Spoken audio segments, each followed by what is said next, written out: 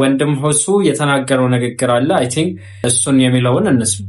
ካፊሮችን በበዓላቸው ቀን እንኳን ያደረሳችሁ ማለት በሸሪዓ እንዴት ይታያል፣ በኢስላም እንዴት ይታያል ይላል። ይህንን ቪዲዮ ሼር እንድታደርጉ ትፈልጋለሁ። እሺ፣ አብዛኛው የሀገራችን ሙስሊም የሚሳሳትበት የሆነ ጉዳይ ነው። ይህ ስህተት ቀላል ስህተት አይደለም፣ እንደሌላው ኃጢአት አይደለም፣ እንደ ዝሙት እንደምናምን አይደለም።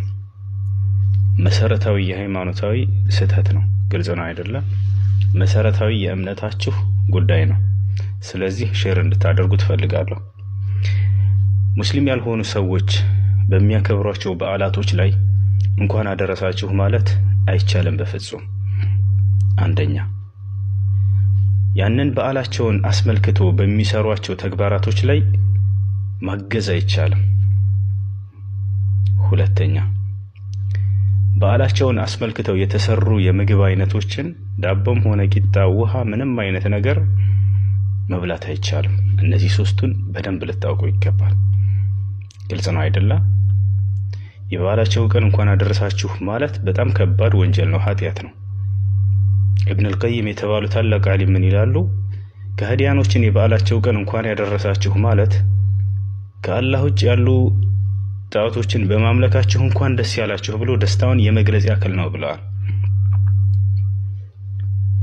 የካህዲያኖችን የበዓላቸው ቀን እንኳን ያደረሳችሁ ማለት አሉ ሌላ ቦታ ላይ ዝሙት ከመስራት፣ ሰው ከመግደል፣ አጠቃላይ ታላላቅ ወንጀሎችን እነዚህን ከመፈጸም ሁሉ የከበደ ኃጢአት ነው ብለዋል። ስለዚህ ጥንቃቄ አድርጉ።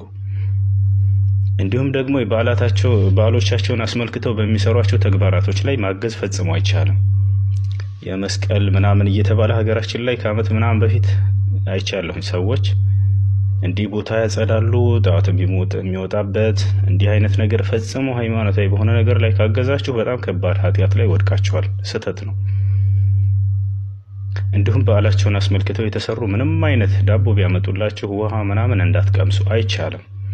ይሄ ክፋታችን ሳይሆን ሃይማኖቱ መሰረቱ ነው። ግልጽ ነው አይደለ?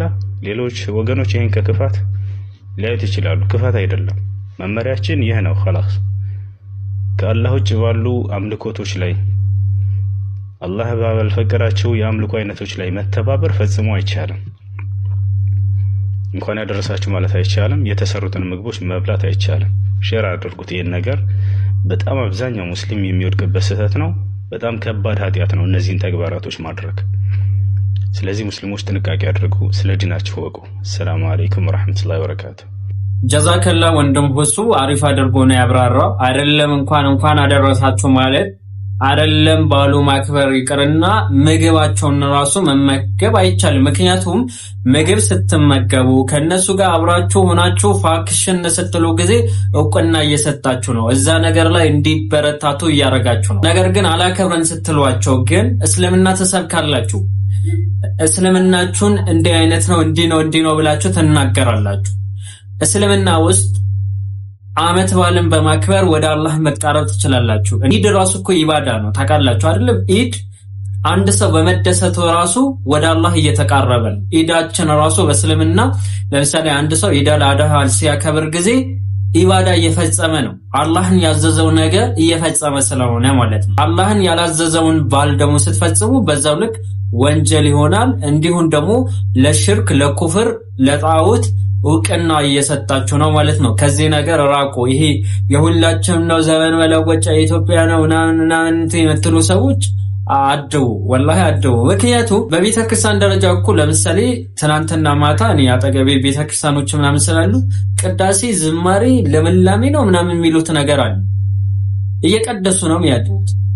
ባሉ ከክርስትና ጋር በደንብ ግንኙነት አለው። ያን የተመለከተው ወሂድን የተናገረው ብቻ በቂ ነው። እንደዚህ ሆኖ ሳለ ግን የፌደራል መጅሊስ እንኳን አደረሳችሁ ማለት ከአንድ ሙስሊም አመራር የሚጠበቅ አይደለም፣ መታረም አለ።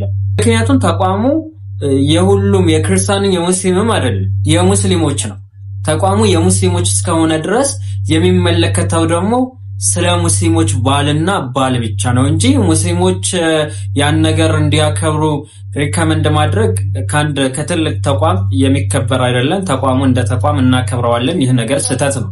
ሌላ ኡስታዞችም በተለያዩ አጋጣሚዎች አምና አይ ቲንክ ቴሌግራም ላይ ጽፌበት ነበር። አንድ ኡስታዝ እንኳን አደረሳችሁ ሲል የተለያዩ ኡስታዞች ማለት ይህን አመት የኛም የሁሉ የክርስቲያንን የፕሮቴስታንትን የአንግሊካንም የዋቄፈና የሙስሊምን በቃ የሁሉም ነው ምናምን ብለው ሲናገሩ ነበር።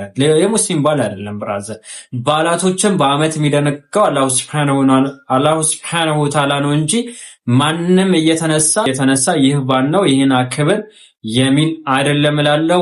አላኩልሃል ለዛሬ ይህን ካልኳችሁ አዲስን አመት እያከበሩ ያሉ ሙስሊም ወንድምና እህቶች ካሉ ምን ያክል አደገኛ እንደሆነ የኢትዮጵያ የዘመን አቆጣጠር ከየት እንደመጣ እንዲሁም ደግሞ ይህን የዘመን አቆጣጠር ማክበር ከእስልምና አንፃር እንዴት እንደሚቻል እንዴ የሙስሊሞች እኮ የካላንደር አለ አይደለ?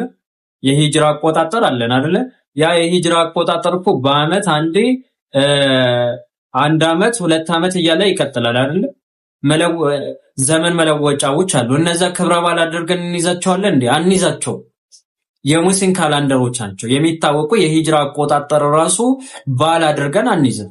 አንተ ግን ዓመተ ምህረት እየተባል ታከብረዋለህ ማለት ነው። ወነአውዙ ቢላህ እንላለን። ወንድምና እህቶች ከዚህ ነገር አላህ ይጠብቀን።